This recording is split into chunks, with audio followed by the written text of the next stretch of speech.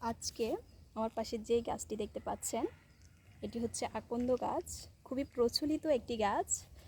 এই গাছের শাখা প্রশাখা সবই কিন্তু আমাদের ব্যবহার উপযোগী। এই আকন্দ মাঝারি ধরনের ঝোপঝাতীয় এক উদ্ভিদ, লম্বায় 7 থেকে 8 ফুট হয়।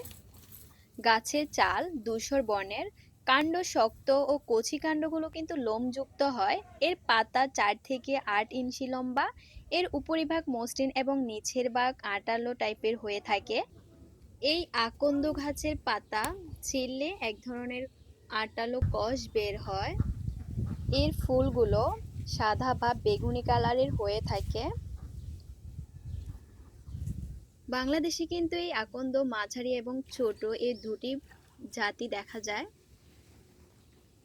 আকন্দ চুলের রোগ এবং ব্যথানাশের বিশেষ কার্যকরী। দাঁত এবং টাক পড়া নিবারক এই ঔষধি গাছটি।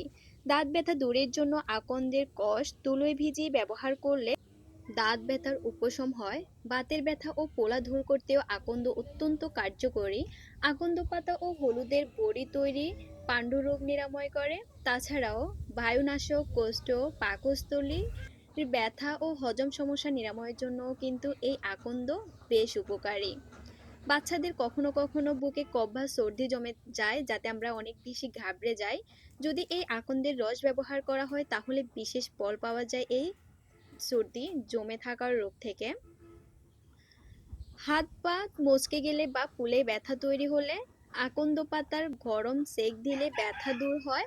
আকন্দ গাছের পাতার ঘুণে মুখে ত্বকের ব্রণের প্রবণতা কমে যায়। যার যার যার ব্রণের সমস্যায় ভুগছেন তারা এই পাতা ব্রণের উপর চেপে ধরতে পারেন, তাদের ব্রণের প্রবণতা কমে যাবে। আমাদের বাংলাদেশে সাধারণত আকন্দের 2টি প্রজাতি পাওয়া যায়, শ্বেত আকন্দ ও লাল আকন্দ। শ্বেত আকন্দের ফুল থাকে সাদা আর লাল আকন্দের ফুল বেগুনি। ফুল থেকে ফল হয়। ফুল শুকালে ভেতরে তুলো উৎপন্ন হয় এবং তুলার সাহায্যে বাতাসে বেশি বেশি আকন্দের বংশ বিস্তার করে।